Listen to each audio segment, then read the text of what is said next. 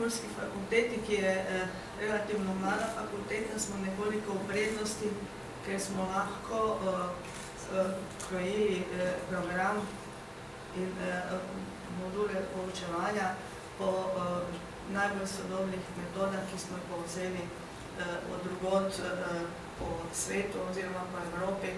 Znano je, da mariborska fakulteta upošteva skandinavske modele najbolj, ki temeljijo na bolj razširjenih modulih in na tutorstvu študentov, tako da imajo bolj ozke, bi rekla, stike z svojimi učitelji in so jim ti vedno na razpolago za svetovanje in usmerjanje.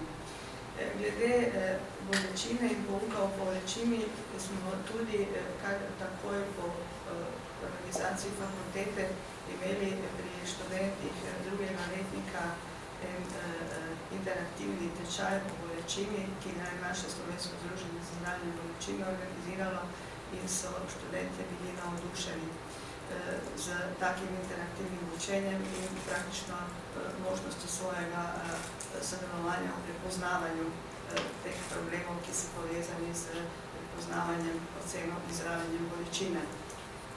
Potem se je nadalje poučevanje o bolečini razvijalo v različnih predmetnikih.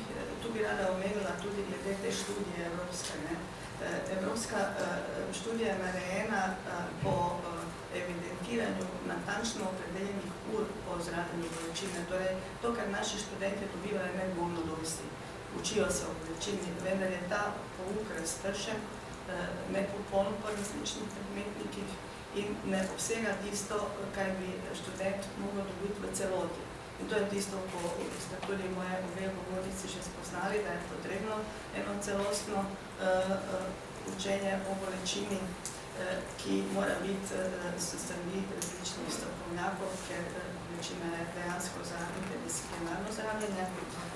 No, glede mariborske fakultete je bolj na 3. letniku predmet anesteziologija kar opredeljeno, da študentje imajo učno uro iz akutne bolečine, iz kronične bolečine, ter seminar, interaktivni seminar iz bolečine pri rakavem bolniku, kjer tudi morajo sami pripraviti predavanje in potem obravnavamo še konkretni primer bolnika, tako da se praktično soočijo tudi s vsemi težavami, ki se pri takšnem bolniku pojavljajo. Ta problem-based learning je zelo razširjen pri nas na mariborski fakulteti, kar pomeni, da bolnik ne samo obdeluje nek primer, ampak da obdeluje probleme, ki so povezani z bolnikom, ne samo kot postavljanje diagnoze in zdravljenje, ampak vse drugo, kaj zraven tega sodi in pride v poštev, ker je pri bolečini zlasti znano, da je to biopsihosocialni model, da tista psihična komponenta in socialna komponenta vpliv družbe in okolja ogromno prispeva k doživljanju bolečine. Drugače pa skozi predmetnike na mariborski fakulteti sem nekje seštela, da vsega skupaj bolnike dobijo opredeljenih ur o bolečini od 2. do 6. letnika skupaj 21. Od tega imajo 13 rednih ur, 8 izbirnih ur.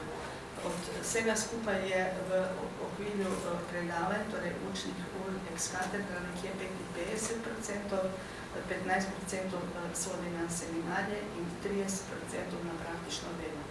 Največ praktičnega dela dobijo na 6. letniku v okviru izbirnega predmetnika anesteziologija, kjer prevedejo en celi dan v ambulanti za zdravljenje bolečine in tudi sami z zdravnikom, ki deluje ta dan v ambulanti, prepoznavajo in postavljajo možnosti obravnave bolnika z bolečino, kjer prihajajo glavni bolniki s kronično bolečino.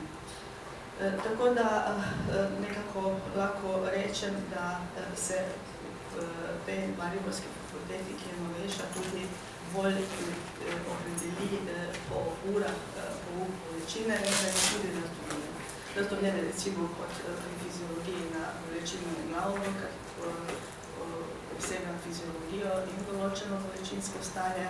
V farmakologiji je osnovni glede, kjer se učijo o analgetiki, V anesteziologiji sem že omenila, vse vrste bolečine so objekte, v kirurgiji načine zdravljenja akutne, pooperacijske bolečine, v interni medicini sploh predoludi, ko imajo ogromno ur za paliativno medicino, kjer je 1% bolečine, tako da je to neopredeljeno glede ur. V družinski medicini je enako tako, največ po moje dobilo v obravnave paliativnega bolnika in z poukom po gledajočem bolniku.